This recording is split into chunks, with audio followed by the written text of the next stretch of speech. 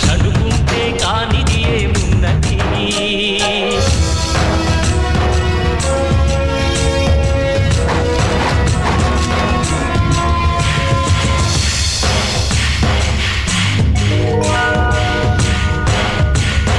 చిలిపి బాలుడనుకుంటే చిటికనేలు అనుకుంటే కృష్ణుడెత్తలేడుగా గోవర్ధన భారం.